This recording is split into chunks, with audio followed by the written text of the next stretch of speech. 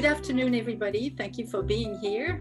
My name is Dominique Bachelet. I'm an associate professor in biological and ecological engineering at Oregon State University, and I've been a climate change scientist since 1989. In the last decade or so, I have focused my energy not only on creating content, but also designing a variety of communication tools to share climate change information. It's my great pleasure to announce that the Corvallis Arts Center has generously chosen to host an art show this fall dedicated to climate change under the title, What Will Nature Do? The public media has been effective at inflating the importance of climate deniers and focusing on the worst negative aspects of the projected changes. The writing of these journalists has been found to cause denial, numbing, apathy, and more importantly, despair and hopelessness among the young. Today, we know that climate change is here, and we have seen the youth of the world rising and demanding action to limit the negative impacts on their generations. There are many ways to envision the future, and as a modeler, I've spent quite a bit of time simulating transitions towards a world adapted to warmer conditions. Given the inertia that has followed the thousands of publications, reports, and congressional hearings, I find it essential to diversify our approach to envision the future if we want to reach a broader audience. My optimistic view is that climate change was caused by us humans, thus we can do something about it.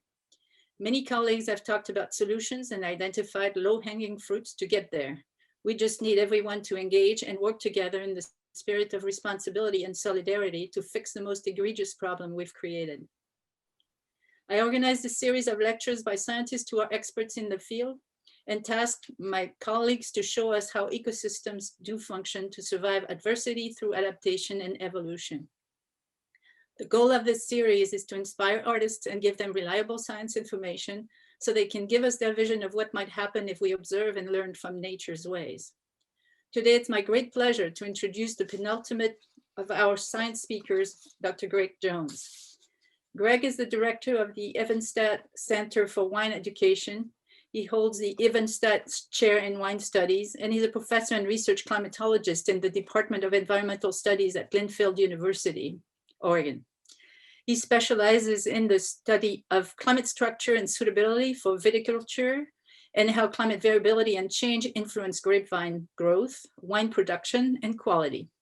He conducts applied research for the grape and wine industry in Oregon and many regions worldwide, has given hundreds of international, national, and regional presentations, and published extensively on climate and wine-related research. So without further ado, Greg, you can share your screen and tell us all about wine and climate change. Thank you so much, Dominique. So let's just go ahead and share my screen here. Perfect. Then we're working. So I really appreciate being with you here today. I enjoy talking about this research that I've been doing for nearly 30 years now. Again, as I mentioned earlier, when I asked Dominique what kind of knowledge or information kind of to bring to the audience today, she said there would be a wide-ranging group of people. And so I'm hopeful that my presentation will be kind of right at about the right level for everybody. But please, if you have questions, let's make sure that we get to them toward the end of the talk today. So the very first thing I wanted to do is just tell you a little bit about what I'm going to talk about. First of all, we'll talk about climate change in agriculture in general. We'll talk about Vitis vinifera, the main wine grapes grown worldwide. Look at some of the connections between climate, viticulture, and wine production. Talk about changes that have happened and potentially will happen in the future. And then look at challenges and opportunities that are out there. So for the very first piece, to just talk about agriculture in general, related to how climates change.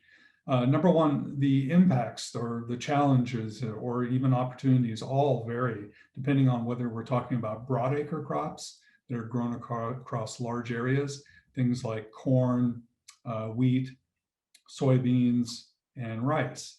These crops all have large climate zones that they can grow in, therefore they grow across fairly large geographies. We can also talk about specialty crops, everything from, whoops, my computer decided not to react there, everything from coffee to chocolate, cacao, pineapple, to wine grapes. All of these specialty crops are grown across fairly narrow climate zones and therefore very narrow geographies. And that's what drove me to the keen interest in studying wine grapes.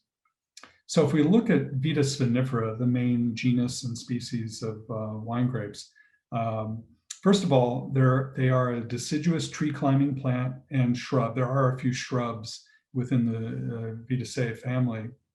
But this is something that's kind of interesting. There are approximately 24,000 named varieties of wine grapes out there. But what we know is that it's likely that only about 1/5 of them are distinct, meaning that there's a lot of synonyms between countries and between regions when a variety has been grown there. However, what is also not really well known is that we only cultivate about 150 of them to any degree worldwide. And only 13 make up over 80% of the acreage and production worldwide. So Vitis vinifera is the main wine grape grown worldwide. It's native to Asia Minor and the Caspian Sea, so it has a Eurasian home. It's also by far the most widely planted species in the world. We do have others, Vitis lambrusca and others that account for some minor production, but Vitis vinifera is the number one. From a diagram from the Wine Folly, this just gives you an idea of some of the varieties that are the most common for wine grapes. Cabernet Sauvignon is number one, Merlot, a white variety called Arian, which a lot of people don't know about because it goes into sherry production, and it's grown quite a bit in Spain. Tempranillo, again, a variety we talked about a minute ago, Chardonnay, Syrah, Grenache, Sauvignon Blanc, Trebbiano or Uni Blanc in France, and then Pinot Noir. So these are the top 10 varieties. And again, as I said, 13 varieties make up the vast majority of what we grow worldwide. And that'll be important later on when I talk about some potential opportunities. So let's look at some of the influences, risks, and challenges that are out there. We know that weather and climate is very important for agriculture in general, but definitely in terms of viticulture, in terms of what happens over space and time. Individual weather events like frost or hail, heavy rain that tend to be short-term and localized can be pretty impactful. Same thing with climate variability, where it's seasonal to decadal and can be kind of somewhat regionalized in some areas of the globe. And then we also talk about climate structure and change. These are long-term and much more regional to global. And when we look at this, when people are trying to see the overall influences, we know that individual weather events are really all about crop risk, damage that might come from hail or some single event. We also know that production variability and quality variability is driven by how the climate varies from year to year, decade to decade. And then lastly, the one that I've been very interested in most of my career is this idea of suitability. What drives, from a climate standpoint, a given crop, and in this case, Vitis vinifera, and maybe even a given variety to be suitable to one region versus another. I'm going to get into a little bit of detail here on kind of what happens during the growth cycle. And this diagram just gives you a sense of what we're going to talk about. We're going to talk about harvest in one year, over winter into bud break in the spring, then flowering, then what's called veraison, or when the fruit changes color in the middle of the vintage, and then harvest to the next year. And these are just some things that are very important in terms of weather and climate.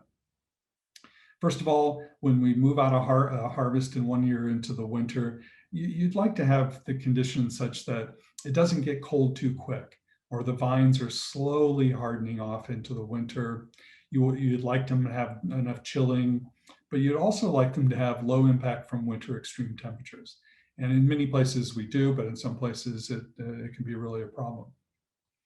We also know that when we get into springtime, we'd like to have soil temperatures starting to rise, the atmospheric temperature starting to rise, and day length changes all happening right at about the same time, where the vine can come out and have low impact from freezes. During flowering, we'd like to have optimum daytime temperatures, being maximum temperatures are really effective for flowering.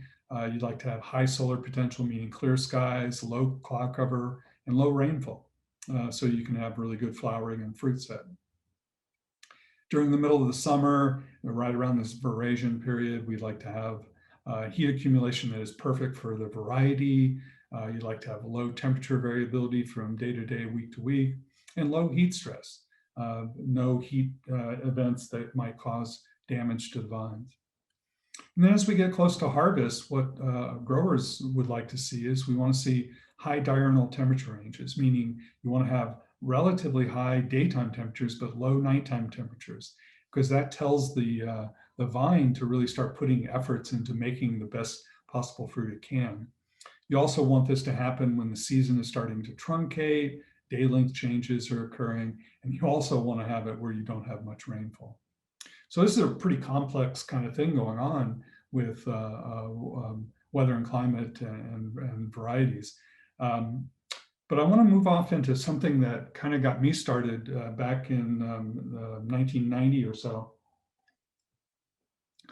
This idea of thresholds for varieties. And all I've done here is I put an XY axis together where I have climate metrics on the x-axis and then wine production or quality metrics on the y-axis. This could be any number of things that you might want to measure.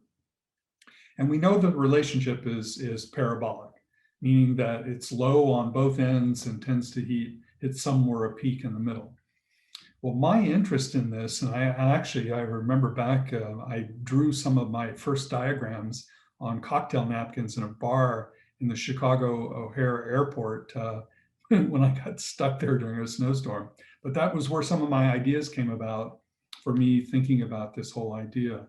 And what I was interested in is that could we define where it's too cold to grow grapes, where you just don't have ripe fruit and sugar levels are low? And could you define where it's too warm, where maybe acids are lost and there's overripe flavors and it's unbalanced? So what I was trying to do is find out what are these thresholds and can we define the optimum zone for any variety out there in the world? For me, this became kind of my research for, as I said, the last 30 years.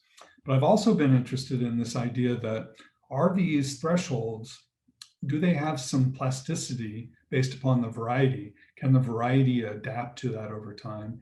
And then also, can our management of the grapevine allow us to also adapt in the shorter terms? So in doing this was the second piece of my drawings on the napkins, was to try to take something just as simple as the growing season temperatures and the ability to ripen vines. And all I did was I took during the April through October period in the Northern Hemisphere and October through April in the Southern Hemisphere. I went out and found data from everywhere these places were, these varieties were being grown, and I placed them within their bounds between cool, intermediate, warm, and hot climates.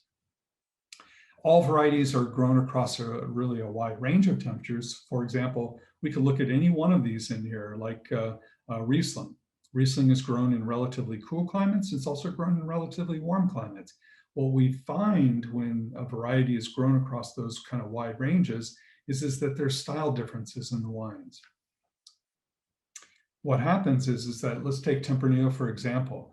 If you grow Tempranillo in a relatively cool climate, you're going to have a light body, low alcohol, higher acidity, and brighter fruit. If you grow it in a warmer climate, you have fuller body, higher alcohol, softer acidity, and darker fruit. Now we know that varieties can be grown outside those bounds. So we can grow Tempranillo in really cold climates, or we can grow Tempranillo in really hot climates. But what happens is that they tend to be either under or overripe. They often are limited in terms of production, or they go into bulk markets. So they're not for higher quality production. I want to talk about Pinot Noir because it's, again, Oregon's marquee grape. It also exhibits one of the most narrow climate niches for premium quality production that we have on this diagram, at least, and for many of the main varieties worldwide. From what we know about it, it has roughly a 4-degree Fahrenheit climate niche. And I want everybody to remember this number because 4 degrees is really important, because it depends on where you're at in terms of your wine region being able to grow Pinot Noir. But this 4-degree climate niche is really important. If you look at, for example, Burgundy, the vertical line here is Burgundy's long-term 50-year average climate.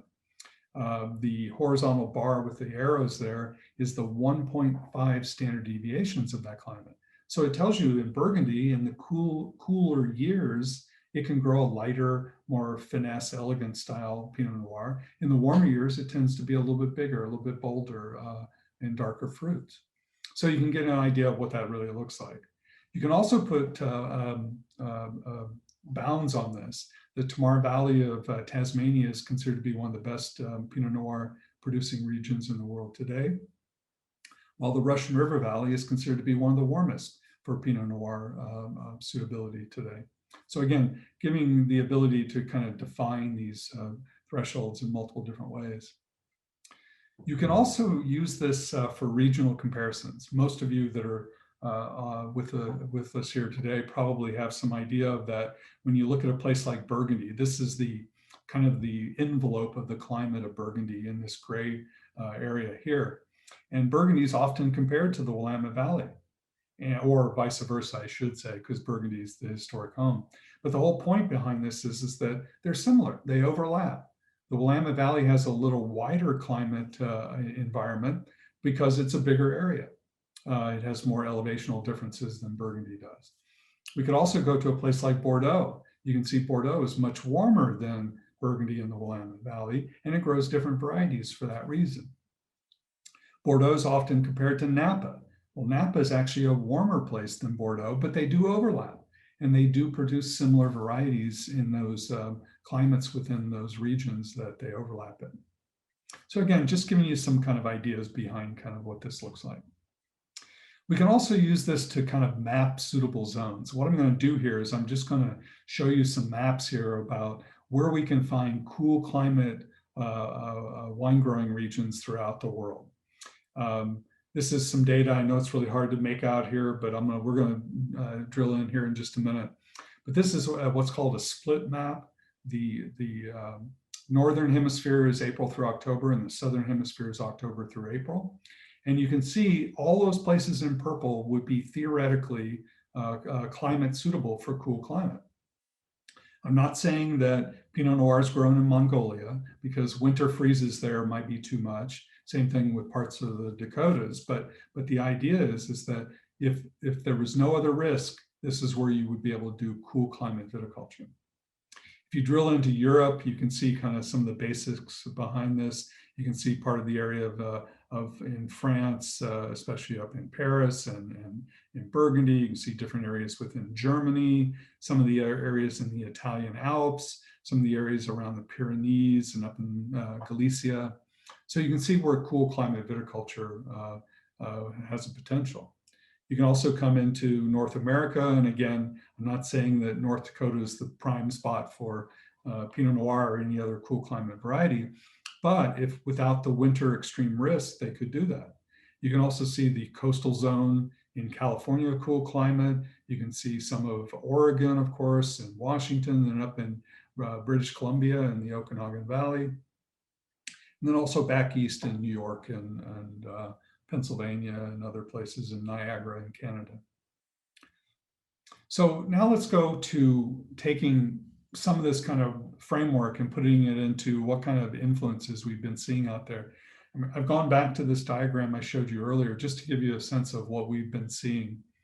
Number one, we've seen the dormant period from harvest to bud break in the next year has been warmer in wine regions worldwide. This does reduce chilling and cold hardiness, and it also reduces winter freezes, but they don't go away. And so there's some benefit there. You don't have as much winter freeze damage, but you still do have these events, and it's an important thing to keep in mind. We've also seen spring times that have been earlier. Soil temperatures have warmed in many places. Air temperatures have warmed. So we have earlier growth. The plant's telling us that, but frosts still occur as well. We've had a little bit of evidence of rainfall and cloud cover changes in some regions.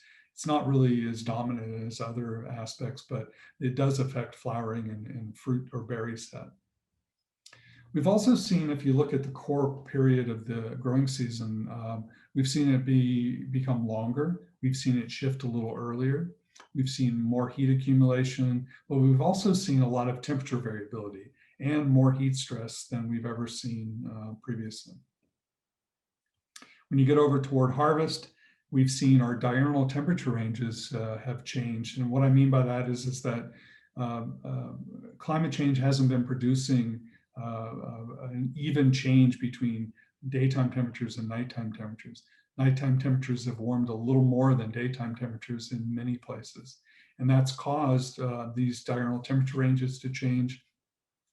And we've also ended up in a situation where the what I call the ripeness clocks are a little out of sync. The ripeness clocks are sugar accumulation, acid respiration, and then flavor and aroma and phenolics all coming together.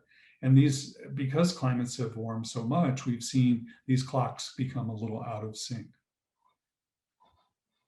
So again, I said earlier that the plant has told us that we're seeing changes as well. Phenology is the study of plant cycling, and the evidence that we have from all over the world in terms of places that grow grapes, we've seen about 4 to 8 days per 1 degree Fahrenheit of warming. It's really important when we start talking about the magnitude of warming being close to 3 degrees over the past 50 to 100 years. We've also seen that the length of time between, say, bud break and flowering has actually compressed a little bit, meaning that we're seeing the plant going through its cycling much more quickly than previously. I don't have a lot of time to talk about this, but I just thought I'd mention it real quick. We know through different characteristics of soil monitoring that fertility, salinity has changed in many places, and that erosion is occurring during heavier rain events that we've been seeing in many places worldwide. There's all this CO2 fertilization issue that we really don't know. We know what that means for plants in general, but we don't know necessarily what that means for wine. Of course, many places use irrigation, so water availability and timing of irrigation has become important for some. And then all kinds of diseases, vectors and pests have altered because of climate. They also are because we carry them around with us to different places. But if the climate is conducive, that new disease or pest can take off and be a real problem. So what I want to do now is talk a little bit about some of the things we've seen in climates over time. And again, I'm going to just show you some data from some work that we did recently. We looked at 23 different locations. You can see the list over here on the left and the locations in red here. These are all, pretty much some of the prominent growing regions in the world. And we looked at these to look to see how were temperatures trending. And these are cool climate regions all the way to fairly warm and hot regions. A little bit of statistics here. These are just trends for Surrey, England, Burgundy, France, Napa, California, and Perth, Australia, just showing that all of these locations have warmed over time from 2.2 to 3.3 degrees Fahrenheit. And if you just look at some of the data here, all of these locations warm significantly, all 23 of them. The decadal rates was about 0.2 of a degrees Fahrenheit, whereas the period of record was 2.5 degrees Fahrenheit. So again, thinking about that 4-degree climate niche for Pinot Noir, a 2.5 degree warming over the past 100 years means that you've now shifted potentially your suitability for Pinot Noir or the style of wine you can make. I also wanted to share with you that a colleague of mine and I did some work looking at all of the most extreme latitude locations growing grapes worldwide. Everything in blue there are the places that we found. And you can see going up to 57 degrees of latitude. Actually, I take it back. We now have I've been speaking to a woman in Norway who's at 61 degrees north latitude and has a very viable 25-acre vineyard there. But anyway, you can see that some of these places that are cool climate production. And again, like the other locations, decadal rates are about 0.3 of degrees Fahrenheit, and period of record is about 2.4 degrees Fahrenheit warming. Does this actually lead to this? Not really. Anybody ever seen vines on an iceberg? Actually, I have to tell you the story behind this because it's really good. I was putting together a talk a few years ago, maybe about 7 or 8 years ago. One of my sons came up to me and he says, "Dad, that's really cool. Do they grow grapes up in the Arctic?" And I said, "No." And he said, "Dad, I've got a project I have to do for a class. How about if I make you a vineyard on an iceberg?" And so he did. He got an A on the project, and I've been able to use the image since then. So now let's take this to the next place. Let's talk a little bit about the future. I'm not going to get into scenarios and emissions and all that stuff, but what I want to tell you, or show you at least here, is this one diagram. This is from Berkeley Earth, which is a really good global data set. They've been looking at other data sets, trying to make sure that we're measuring the Earth the way we're supposed to. And this right here shows us that since about 1980, since about right here, our change in temperatures globally has been almost linear. Now, models tend to think that it's going to continue something like this, or even become a little curvilinear, going up a little bit more rapidly. But if we just assume that it goes linear from here, without any changes that potentially we could make to the system, we're talking about 2.7 degrees Fahrenheit by 2036. We're only talking 15 years from now. And then if we even take it further out, maybe as much as 3.6 degrees Fahrenheit by 2063. So again, that's just assuming that we're still on the same trajectory moving forward. And again, think about the numbers. 3.6 degree Fahrenheit warming by 2063 means a place that was a warm area for Pinot Noir no longer really could do Pinot Noir in the ways that they had in the past. Looking at some of these maps again, this is the same kind of thing, but I'm going to show you how the potential maps shift a little bit, where areas become too warm in the purple, areas are warmer but still suitable in the red, and then new areas in pink come about. And there's actually more area on this map that is suitable for viticulture worldwide, just with 2 degrees Fahrenheit of warming. Let's go ahead and look at Europe. Again, purple means it's become too warm, but not too warm for warmer climate varieties, just too warm for cool climate varieties. And then you can also see some of the red areas that become warmer, but they're still suitable, meaning style differences in the wine. And then some areas in pink that are completely new to being suitable. The Low Countries, parts of Scandinavia, Southern England, other places in elevation in different areas. You can also come to North America. You can see this latitudinal shift happening with more area on the northern ends of the areas that were there previously. And then also what we're seeing here is on the West Coast, we tend to move suitability toward the coast, a little bit up in elevation and a little bit further north up into Canada as well. I wanted to show you this. This is an interesting little project we did. And for many of you, these wine regions might be familiar, of course, in name. We have Champagne, we have Burgundy, we have the Douro Valley of Portugal, La Mancha in Spain, Tuscany, Chianti, and other places. And what we did here is we used a modeling experiment to take the boundaries where all of these wine regions are and the types of climates and landscapes that the vineyards were all planted to. And we said, okay, let's run the model forward with a very conservative climate change forecast and see what happens to these wine regions.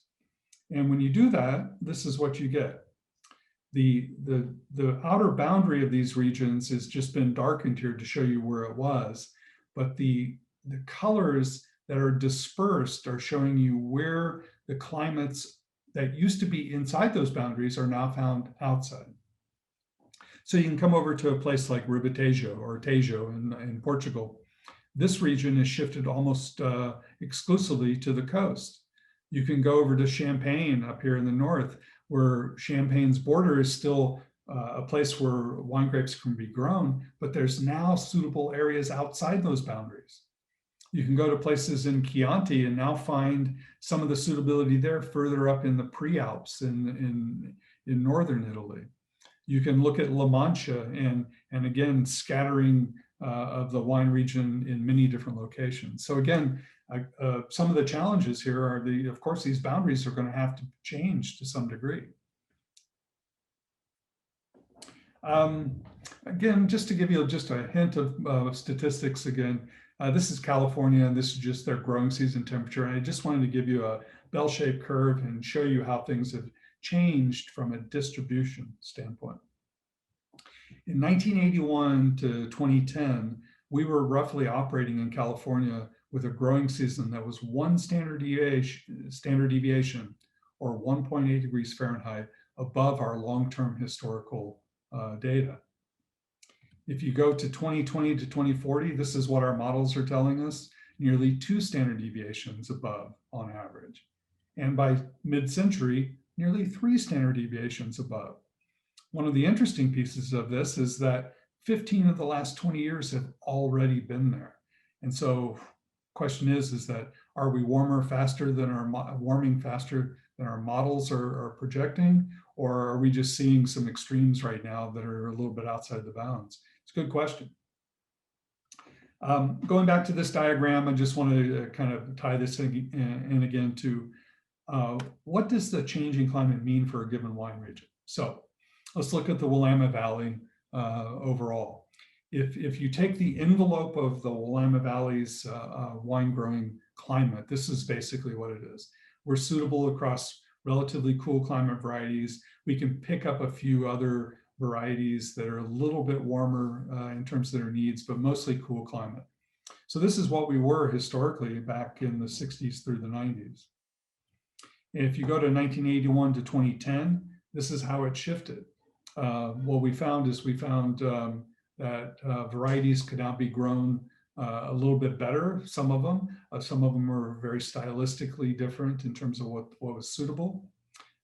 If you go to 1991 to 2020, this is estimated because this data is not out yet, but I've done some pre-calculations with it.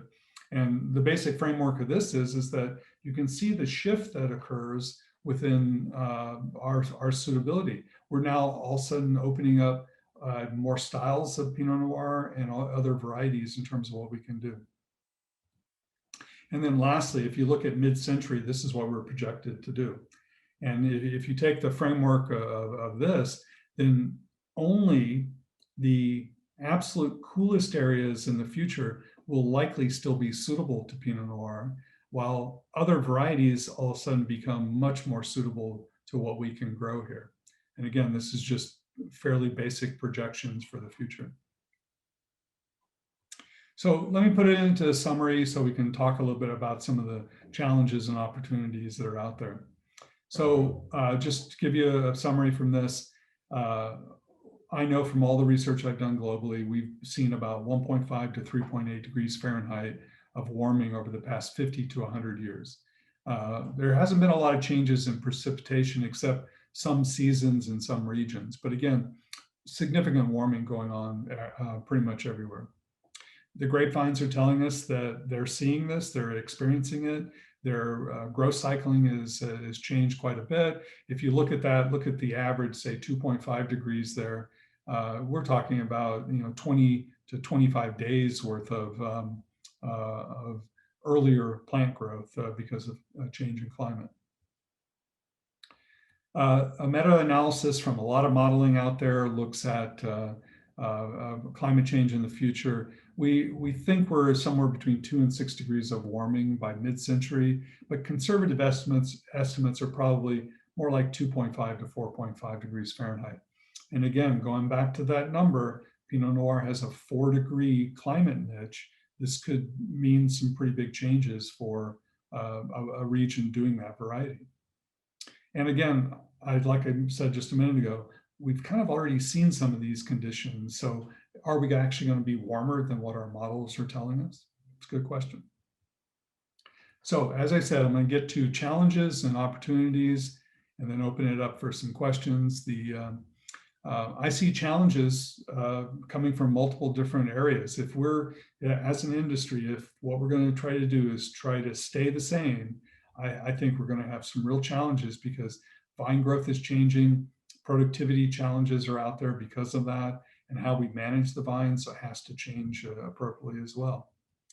We know that there's increased heat and drought stress in many areas. Think about the Western US right now is in one of its prolonged drought periods. California is going to have another challenging year, I think, because of it. We know that pest and disease occurrence and severity has changed quite a bit. So there's clearly a challenge there. We got to be ready for whatever those new diseases are. We know that there's been changes in ripening characteristics and wine styles that have come from that. And while that's a challenge, I also think it's an opportunity as well. Well, as I mentioned earlier, and just to say again, water resource issues, especially in all of the places that are summer dry climates that grow wine grapes worldwide.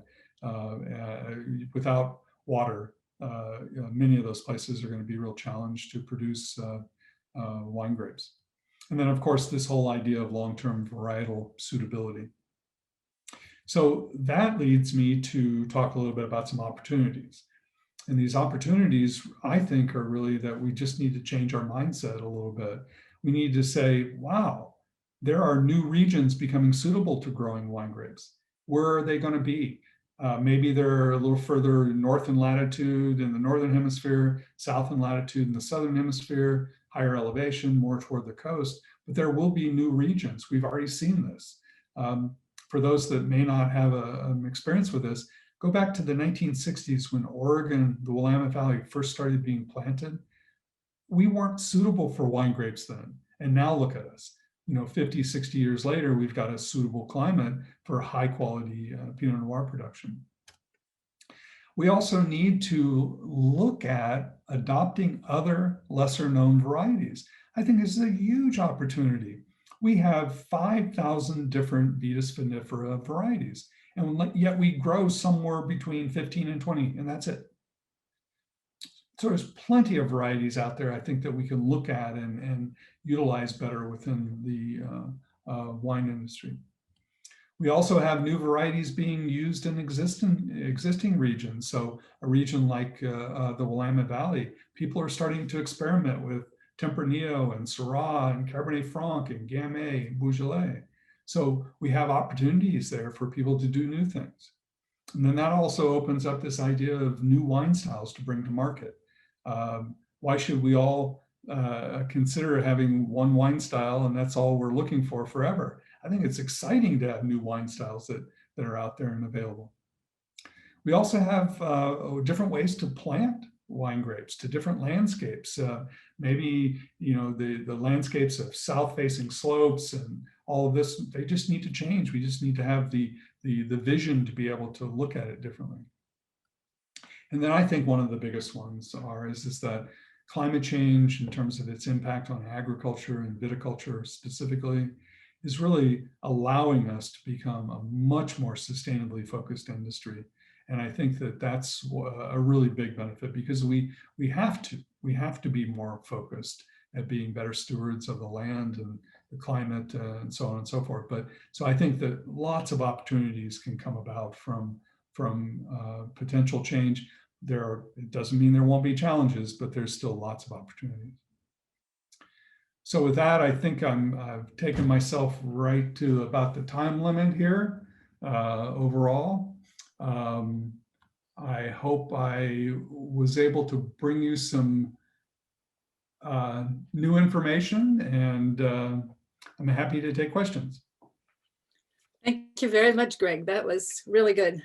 I learned a bunch of new things, as usual, when you give a talk.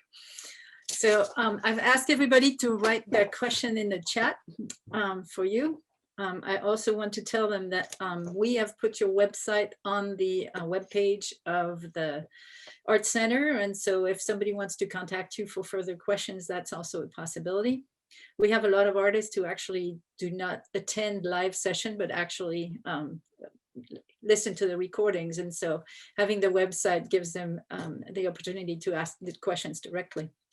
So I'm going to start here by asking you, how important do you feel it is for lay people to know about your research and what you found about wine? Well, years ago when I first started looking at, I was very interested in climate and agriculture.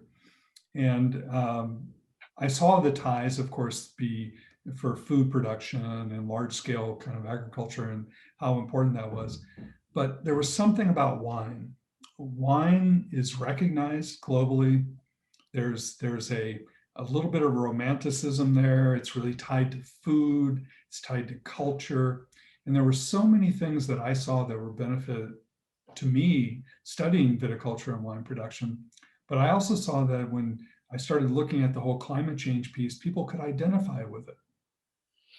So I could have been a scientist who studied maybe a salamander or a squirrel or something that lived in a small area of the world that a little bit of climate change was really detrimental to this organism. But that people don't really kind of, I think, identify with that quite as much.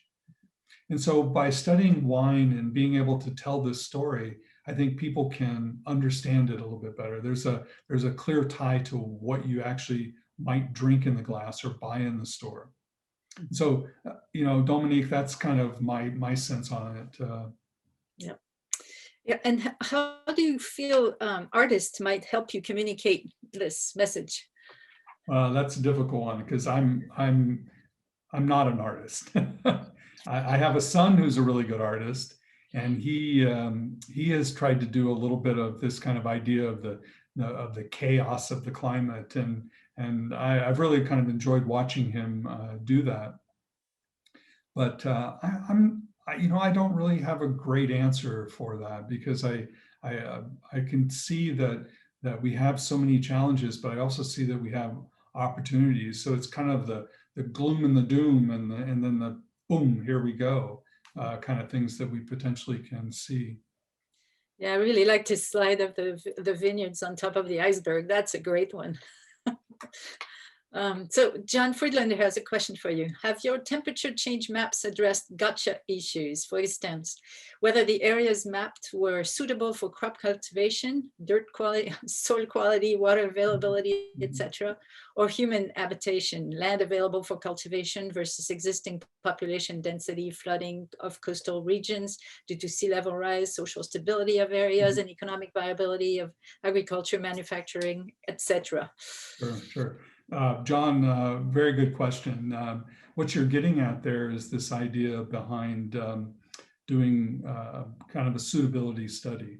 If we know that the best environments to grow a given crop have these climate characteristics, these soil characteristics, and these landscape characteristics, we can map those out. And people are doing a lot of that today. And the challenges is that sometimes when we map those out, they may not be places where the land is available or could be planted in any way, shape, or form because it might be a national park. There are a lot of issues that do happen relative to, in an ideal world, all of these potential places may have limitations. And I think that there are quite a few of those out there. So we do have to consider that what we might see on a map as being suitable may have some other issue associated with it. Mm-hmm. Yeah, and in France, I mean, it's like those regions of a particular varietal are very well defined, and it's a small country, so moving to another place will be very difficult, I think. So Dominique, I'd like to comment on that, and yeah. So I know you know France very well, and if you think about the nature, let's just go to Pinot Noir, for example. Mm-hmm. Pinot Noir is grown in Burgundy, and that's pretty much it. It is grown in Champagne for making sparkling, right. But for still wines, Burgundy is it. But I could take you to dozens of places throughout France where Pinot Noir could be grown. It's just not allowed to be grown there. Right. Yeah, the legislation is such. Yeah, I'm sure eventually it's going to come to my hometown and up north. That'd be super cool. There you go. I can retire there and make Pinot Noir. what a thing. Anyway, Jerry is also asking about, I knew she would ask about pathogen.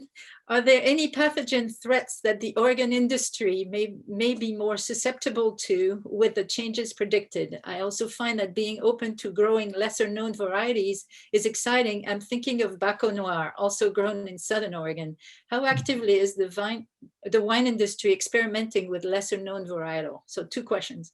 Sure, sure. So Jerry, the risks that we have with different types of diseases and viruses is really a challenge.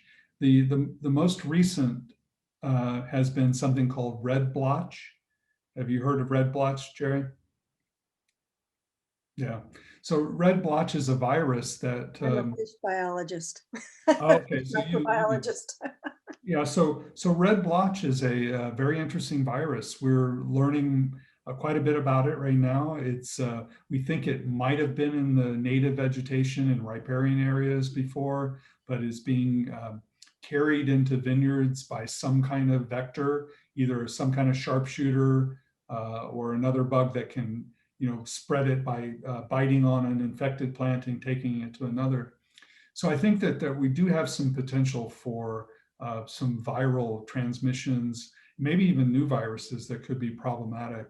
So that means that we all have to be very careful about plant material, making sure that you're not carrying suitcase clones from place to place. You're buying, clean plant material from a nursery.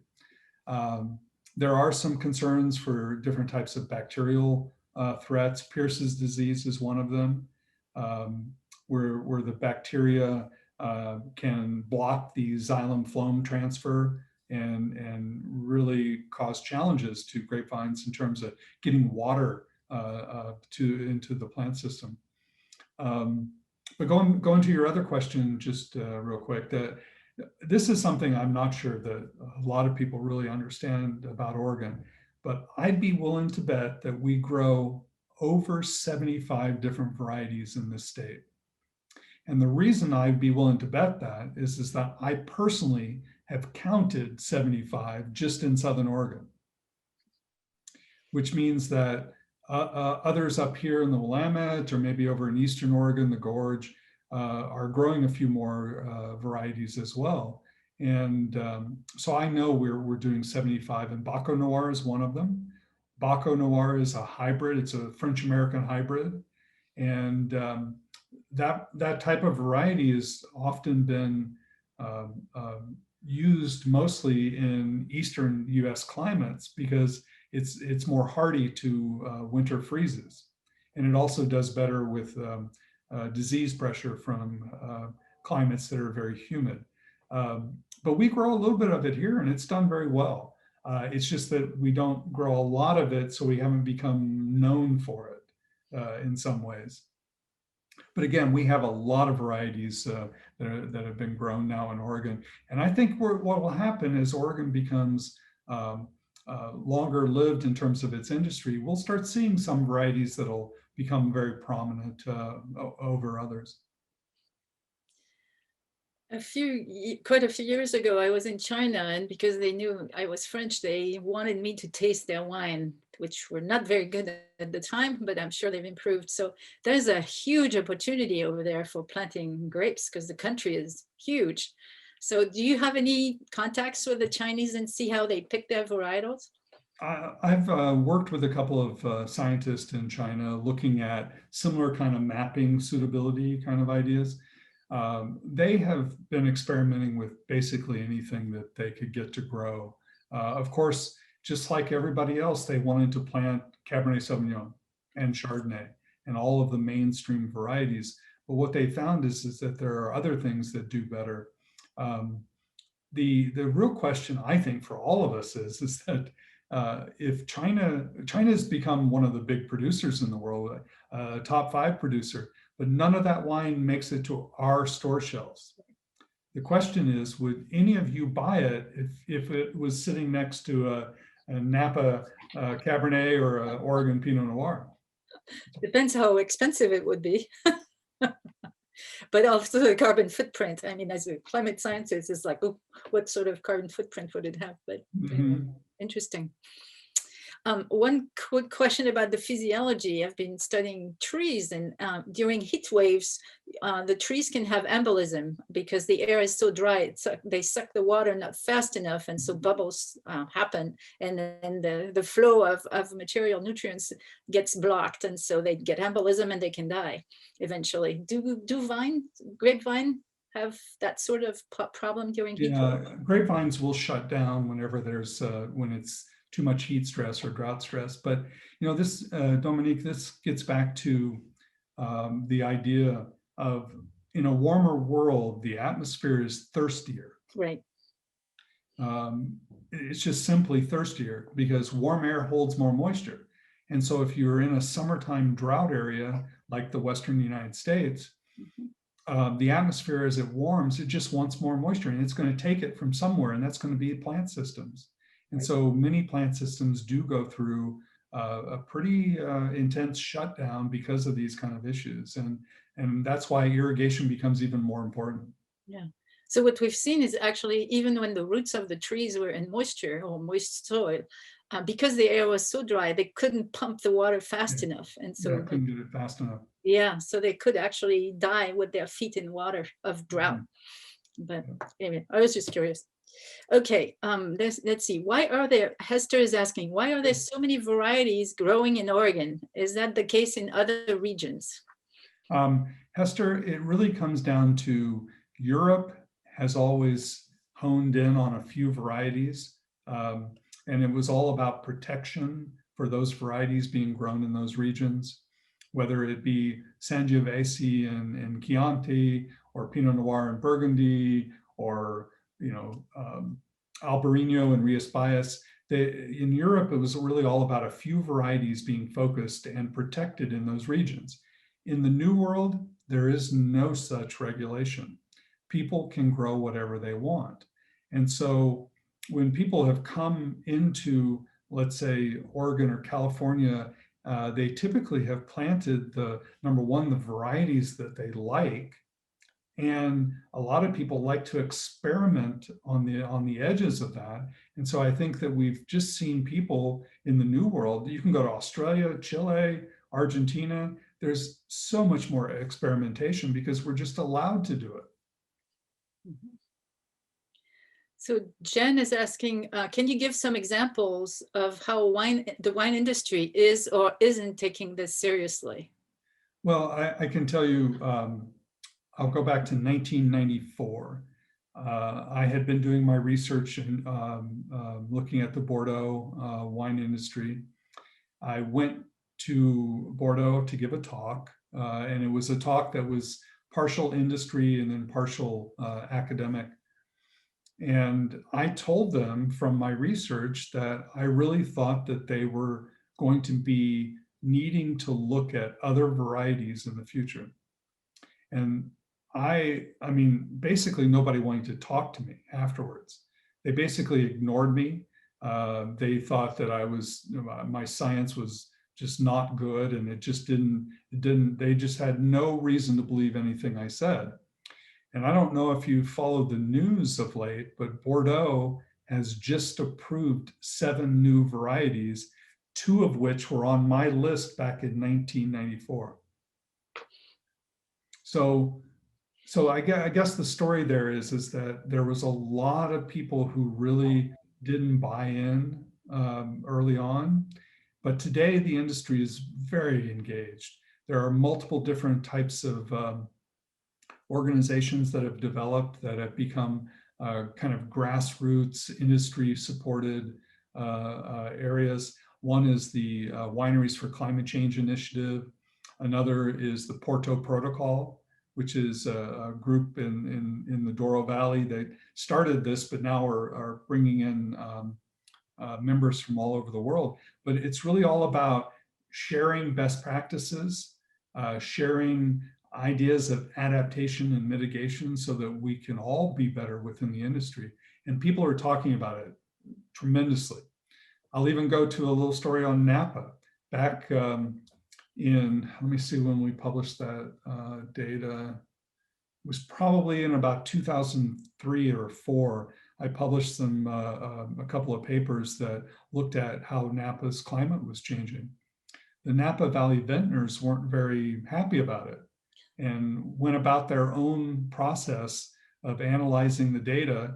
And then after about 10 years, ended up showing that I was right. It's not so much that I needed to be right. That's not the point. But the point is that people back then, even in the early 2000s, weren't really ready to accept it.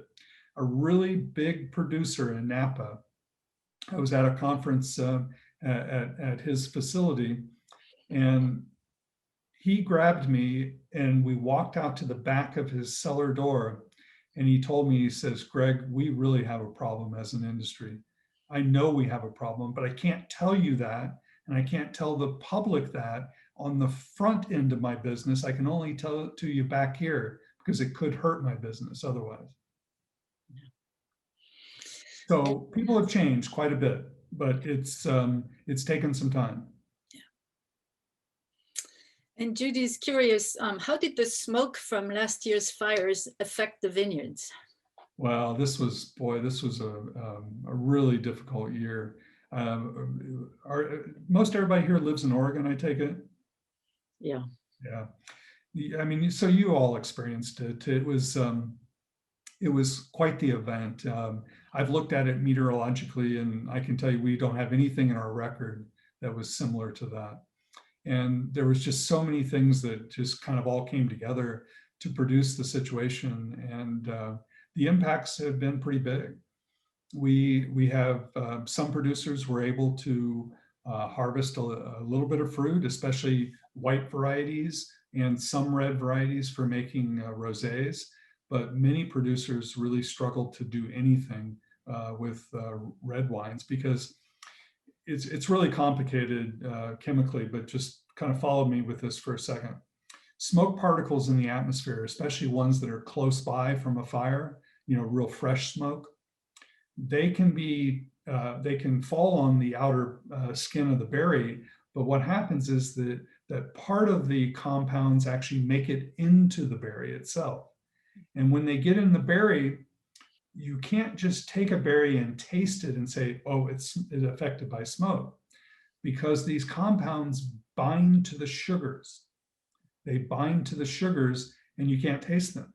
It's only in fermentation does that sugar binding release the smoke compound again to the point that now you can taste it in the wine. So it's a real complicated issue. We had definite impacts, California, Oregon, and a little bit of Washington as well. I think there will be really good wines made because winemakers are a hardy bunch and they'll figure it out. But I think you'll also not find bad wine out there because nobody wants to release a bad wine. Yeah.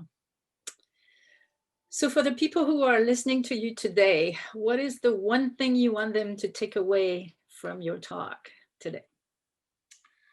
Oh, well, I think I've always tried to say that the more aware we are about climate change and our role in the whole issue, the better off we are. Somebody asked me at a talk about looking at all of the younger people being very prominent in this conversation. I think what's really important about younger people being tied into this is that we're making a whole new generation of people aware of the impact that we have as a human race on our environment. And I think awareness is probably the biggest piece for me. Great. Well, thank you very much, Greg, for taking the time. I really appreciate this. Your talk has been recorded and will be available on the Art Center website. Again, if any of you have more questions for Greg, you can go on the website and check his own website and with his email address so you can ask more questions. And next Thursday is our last speaker who will talk about coral reefs and climate change. So. Thank you. Yeah, Mhm. Lizzie was is a coral scientist, or an ocean scientist, and I met her when I was working at the Nature Conservancy, and she was at the conference in Portland, so she met you there. So she was quite interested, and she said she might log on, but I think she probably will listen to you. To your recording instead. She's always busy, but she's now taken the lead in ocean and climate change for the Nature Conservancy. So it should be fun to listen to her too. Very good. Very good. Yeah. So at Linfield, I'm going to ask you a couple more questions. At Linfield, are you leading a climate change class to teach the students? No, our environmental studies department has a climate change class that I speak in. Okay. But I'm mostly teaching viticulture, wine production, sensory evaluation, and some other things. I'm teaching a great seminar this term on champagne. Ooh. We're learning the process behind method champenois, and then visiting some Oregon producers and talking to them about how they're making sparkling. And so I get to do a little bit more of the wine side of things. But do you have a class that looks at wine production and climate change? Not specifically. I have components of multiple classes that do that, but Okay. not one class, in total. Yeah. Okay. I was just curious. Well, if you have any students who are artists, just tell them that we need them to register and send their art. That would be very cool. Mhm. I don't know if you know David Pat, who is here. He used to work for Fish and Wildlife, and I knew him as a climate change colleague. He now makes wine here. All his wine labels are named from a woman in the family. And so he just made his first rosé this year. But anyway, so he wanted some cards actually to say thank you. And so he was like shopping for, good cards to thank everybody. So there's another place where artists can really serve a purpose. So if you're interested, my son has actually created a series of cards based upon his art. Great. If Does you he have use a website? Instagram, Instagram, yes. he is Curtis.paints. Okay, Curtis.paint. Okay. I mean, I hate to do this, but I might as well. Yeah, share your screen. Yes. Show off something from my son. Yeah. Tell him to send us some art so we can put him in the.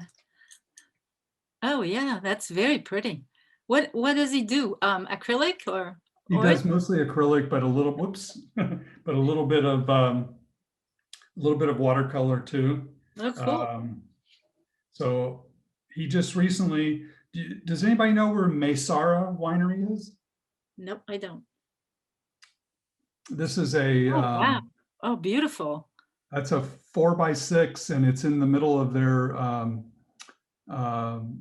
tasting room now. Oh wow, beautiful. But he has some cards if you want them. Yeah, that would be very cool. Yes, I tell David definitely. He might really be interested in contacting him. That would be great.